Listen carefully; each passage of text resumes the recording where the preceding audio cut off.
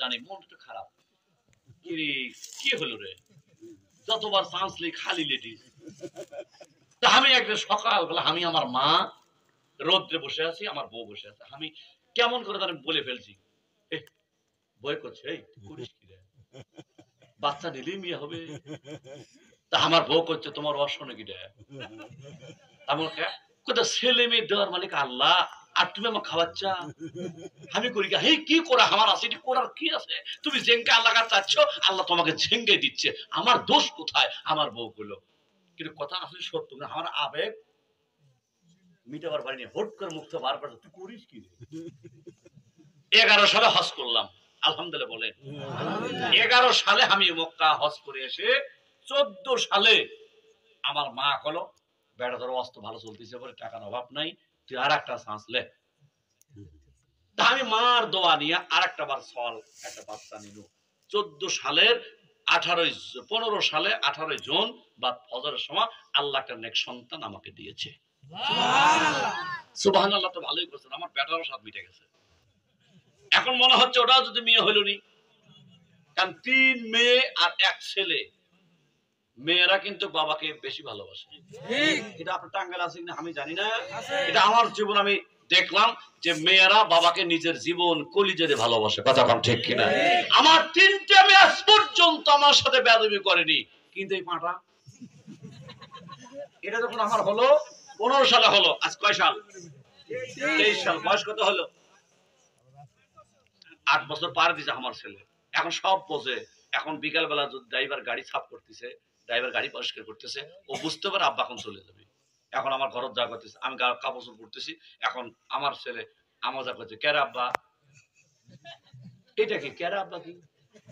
আমার আব্বা এখনো বেঁচে আছে, আমার আব্বার বয়স 103 বছর, এখনো বেঁচে আছে। আপনাদের পায়ে ঢোলার বরকতে একটা দাঁত খসেনি, 103 বছর। আমি আমার আব্বা কলম কে আব্বা, আমি কোনোদিন আপনার কেরা আব্বা খুশি কথা তো কইস নাই, এটা কই কি বারে, এটা আমার কয় কেরা আব্বা।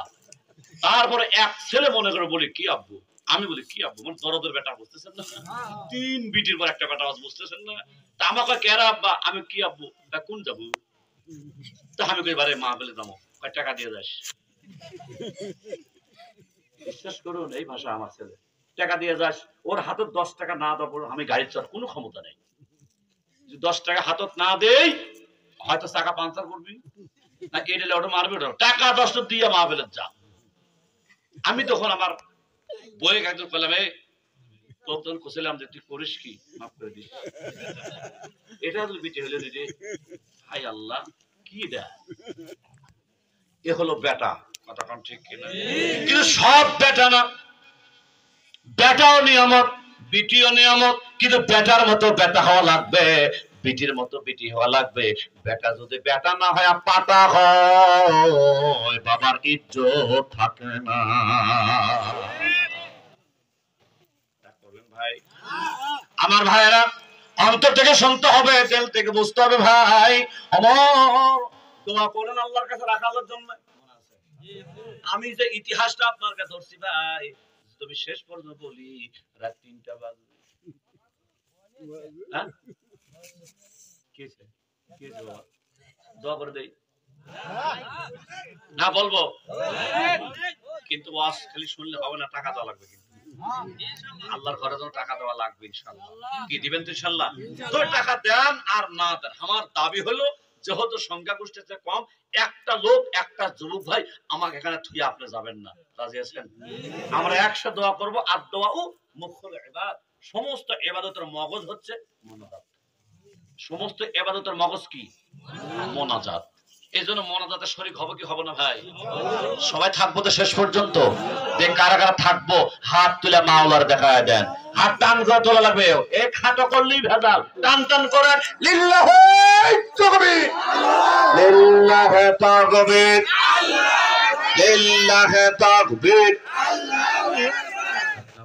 খুশি হলে আলহামদুলিল্লাহ। আজকে যদি সংখ্যা গোষ্ঠী কম, ভালো আছে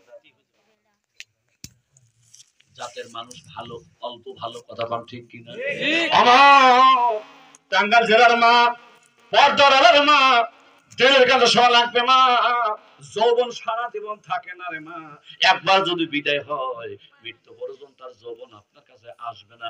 এই যৌবনে বাহার করে লাভ কি? কথা কন ঠিক কিনা? আমার ঘরে কান্দে কানতে কানতে মনোরাত করলেন, মনোরাত সমাপ্ত করে দিলেন, আল্লাহর কোরআন বুকের মধ্যে ধরলেন, যায় নামাজটা উঠাইয়া কান্দে ফালালেন, ওখান থেকে কানতে কানতে বিদায় হয়। তখন কিন্তু ওমর রাষ্ট্রপতি ভাই, সুবহানাল্লাহ, কোনো অহংকার আছে? মাতব্বরি, তাকব্বরি। কিন্তু আমরা কি করি? পায়ে যার জুতা নাই ওর গরম আরো বেশি।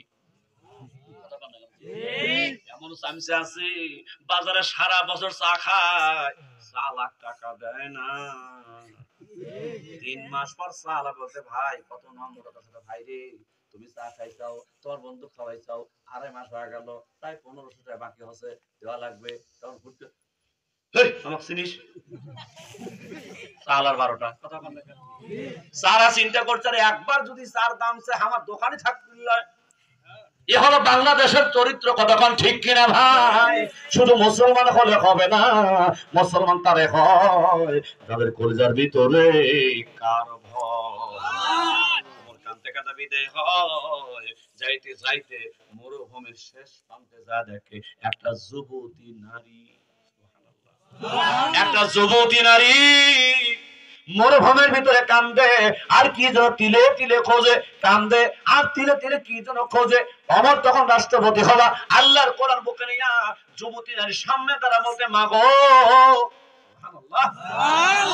আপনি দেখবেন কোন যুবক কোন যুবতী যদি হঠাৎ করে মা কা ডাক দেয়, ওই যায় কিন্তু শয়তান আর থাকে না।